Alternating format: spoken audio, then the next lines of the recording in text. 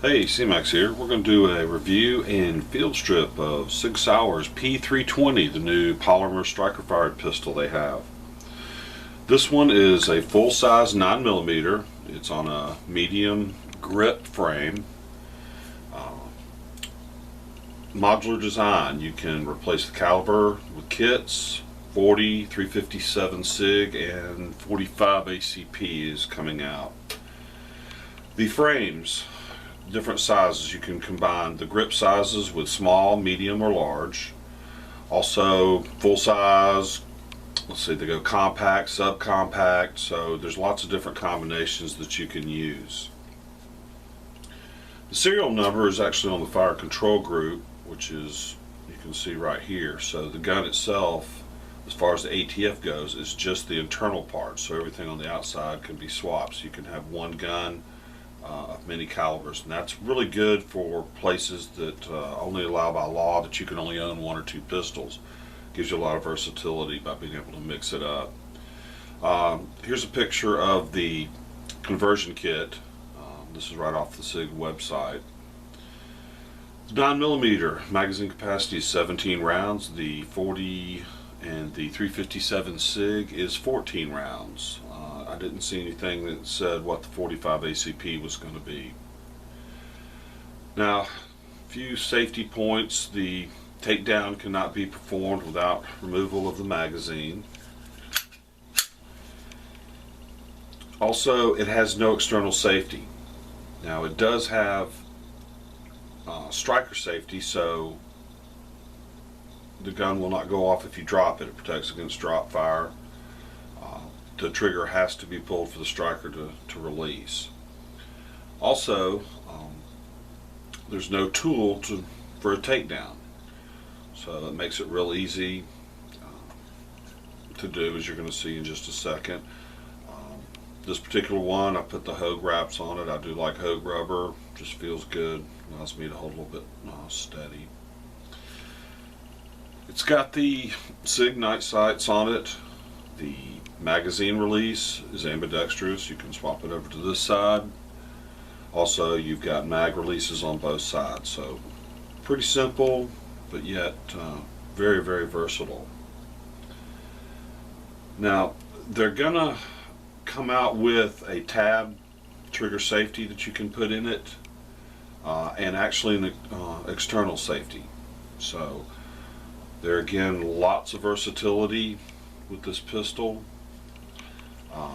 This pistol's a natural pointer for me. I just seem to just put it in the direction of the target and it automatically lines up. I'm sure a lot of you have experienced other weapons that way. M1 Garand's a natural pointer for me as well. It's very accurate. It does have a stainless steel slide with the Nitron coating, which from everything I can find out is basically an aircraft coating. Supposedly high temperatures up to about 1,000 degrees Fahrenheit, excellent anti-corrosion, excellent wear. So far so good with it. I do put it in the holster, don't really see any wear on it, but it's not, doesn't have a lot of use in it yet. Now, it's got a very nice trigger, as most striker fired do, but even among the striker fired that I've pulled the trigger on, it's one of the nicer ones. Lifetime warranty for the original owner, which is always a good thing, especially ones that you're going to shoot a lot, which I plan on this one. This is my new favorite. Alright, well, let's get to the takedown of it. It will not take down if you do not remove the magazine. So the first thing, magazine comes out. This is an OEM, it's a Metgar, zero friction, so it falls out real fast. Magazine swaps on it. Second thing to do to release it is you have to lock the slide. Once you lock the slide, you'll see that the lever lines up with the indentation right here. I hope you can see that right here in the slide. So you spin it around, that releases it, then just slide it back slightly. That releases the the slide catch. Forward it comes. This part right here is the gun. so to speak, as far as the ATF is concerned. Now it comes apart fairly easy. Now I want to see if I can show you, see if you can see here, this lever actually controls this flat plate right there as it swings around and locks everything into place. So you do want it to be straight up and down, but you'll see that'll give it a flat place to slide, for the slide to go on and off. Now to remove the internal parts, say you're going to change the calipers, put one of the conversion kits on it. It's very easy. You just swing this forward, the lever comes right out. Then all you do is you just lift this forward, it comes right out. So you've got the polymer frame. So if you want to say, you want to make it a compact, boom, just change this piece, there you go. This is the fire control part with the serial number. This is the gun as far as the ATF is concerned. The striker fire assembly part is in the slide. Just the slide barrel comes out just like any other automatics. Remove the spring, lift the barrel out. Real easy. I'm not going to tear apart the striker fire assembly part of it. You don't have to do that, but every so often I'll cut a video on that when I do it. I just don't need to do it yet. But that's it. That is the gun broken down. You can change out triggers very easily. I haven't done any of that yet. I don't have one to swap out, so I'm not going to do that for you. I don't see a need personally. On some of the other models, I do know they have different length triggers as far as this section here that you can trade out. And that's it. She goes together just about as easy.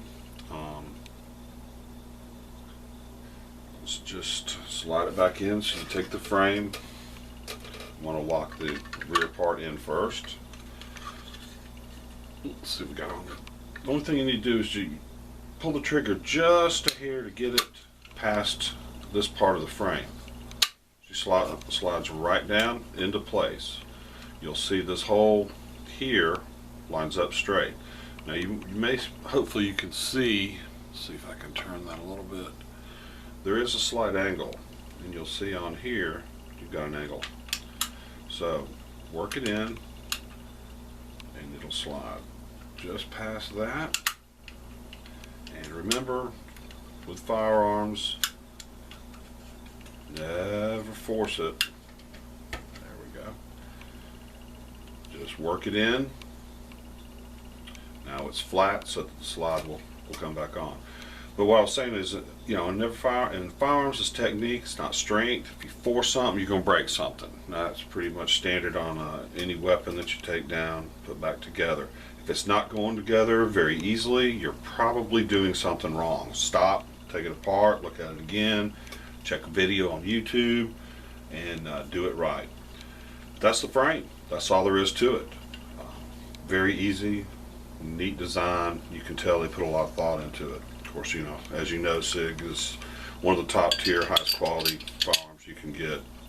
Put the barrel in, spring attaches right on this section below the barrel.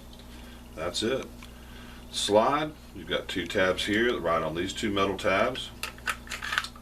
You put it right here, slide it back just a hair to where you have the indentation, swing it forward, boom.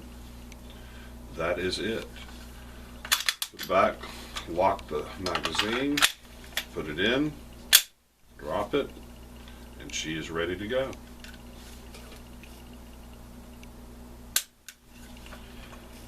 Sig Sauer P320. Definitely new favorite for me. I want to take this time to make a comment about practice.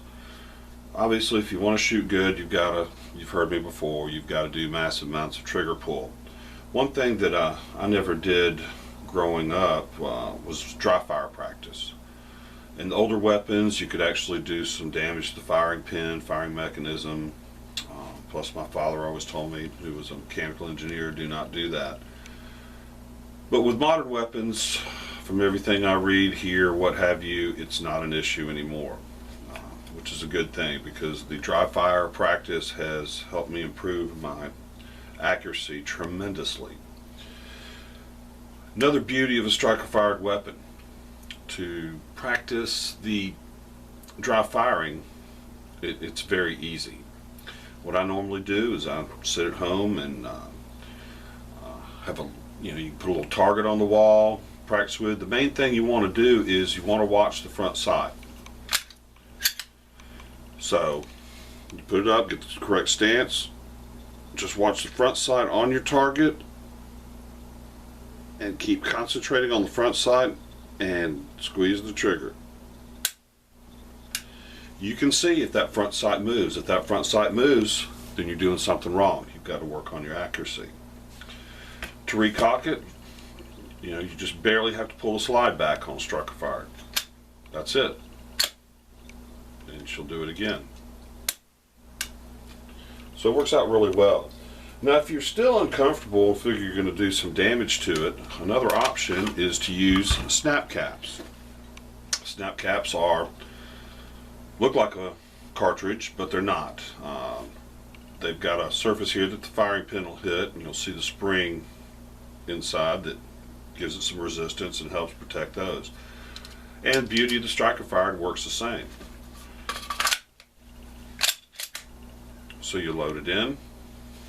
Now you've got the snap cap in, and you feel more comfortable about dry firing.